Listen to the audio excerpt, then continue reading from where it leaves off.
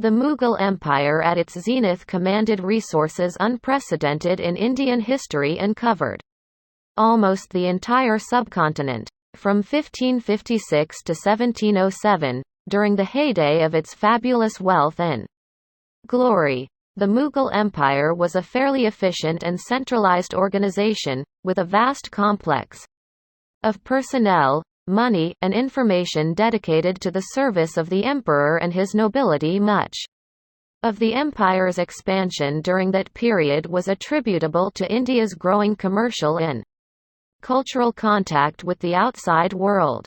The 16th and 17th centuries brought the establishment and expansion of European and non-European trading organizations in the subcontinent, principally for the procurement of Indian goods in demand abroad.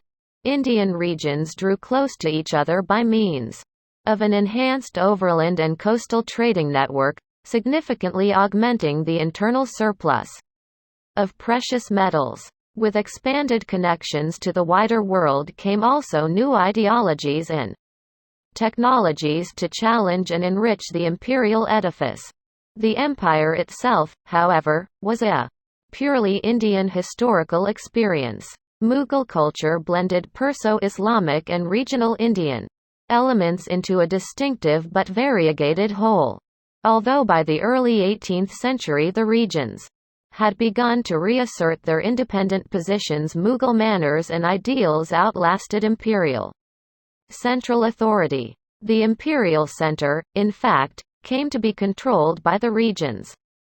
The trajectory of the Mughal Empire over roughly its first 2 centuries, 1526 to 1748, thus provides a fascinating illustration of pre-modern state-building in the Indian subcontinent. The individual abilities and achievements of the early Mughals, Babur, Humayun, and later Akbar, largely charted this course. Babur and Humayun struggled against heavy odds to create the Mughal domain, whereas Akbar, besides consolidating and expanding its frontiers, provided the theoretical framework for a truly Indian state. Picking up the thread of experimentation from the intervening Sur dynasty, 1540–56, Akbar attacked narrow-mindedness and bigotry, absorbed Hindus in the high ranks of the nobility, and encouraged the tradition of ruling through the local Hindu-landed elites.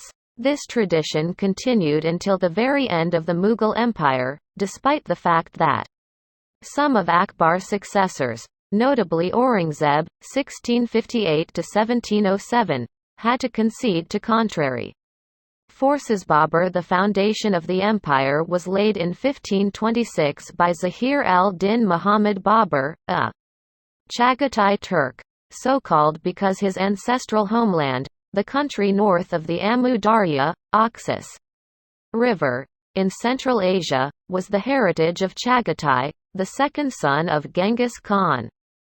Babur was a 5th-generation descendant of Timur on the side of his father and a 14th-generation descendant of Genghis Khan. His idea of conquering India was inspired, to begin with, by the story of the exploits of Timur, who had invaded the subcontinent in 1398.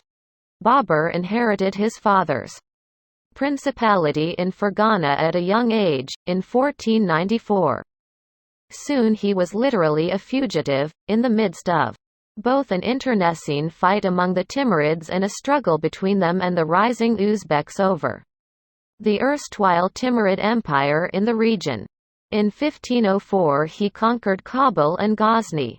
In 1511 he recaptured Samarkand, only to realize that, with the formidable Safavid dynasty in Iran and the Uzbeks in Central Asia, he should rather turn to the southeast toward India to have an empire of his own. As a Timurid, Babur had an eye on the Punjab, part of which had been Timur's possession. He made several excursions in the tribal habitats there. Between 1519 and 1524, when he invaded Beera, Sialkot, and Lahori, showed his definite intention to conquer Hindustan, where The political scene favored his adventure. Having secured the Punjab, Babur advanced toward Delhi, garnering support from many Delhi nobles. He routed two advance parties of Ibrahim Lodi's troops and met the Sultan's main army at Panipat. The Afghans fought bravely, but they had never faced new artillery, and their frontal attack was no answer to Babur's superior arrangement of the battle line. Babur's knowledge of Western and Central Asian war tactics and his brilliant leadership proved decisive in his victory. By April 1526 he was in control of Delhi and Agra and held the keys to conquer Hindustan. Babur, however, had yet to encounter any of the several Afghans who held important towns in what is now eastern Uttar Pradesh and Baharand, who were backed by the Sultan of Bengal in the east and the Rajputs on the southern borders. The Rajputs under Rana Sangha of Mewar threatened to revive their power in northern India. Babur assigned the unconquered territories to his nobles and led an expedition himself against the Rana in person. He crushed the Rana's forces at Kanua, near Fatehpur Sikri, March 1527.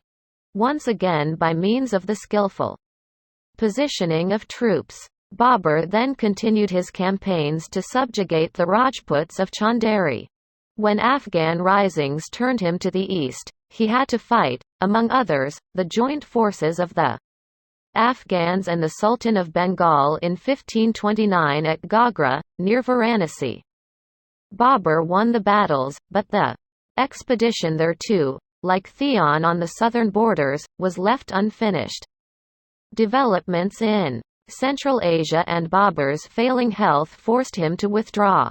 He died near Lahore in December 1530. Babur's brief tenure in Hindustan, spent in wars and in his preoccupation with Northwest and Central Asia, did not give him enough time to consolidate fully his conquests in India. Still discernible in his efforts are the beginnings of the Mughal imperial organization and political culture. He introduced some Central Asian administrative institutions and, significantly, tried to woo the prominent local chiefs. He also established new mints in Lahore and Jaunpur and tried to ensure a safe and secure route from Agra to Kabul. He advised his son and successor, Humayun, to adopt a tolerant religious policy.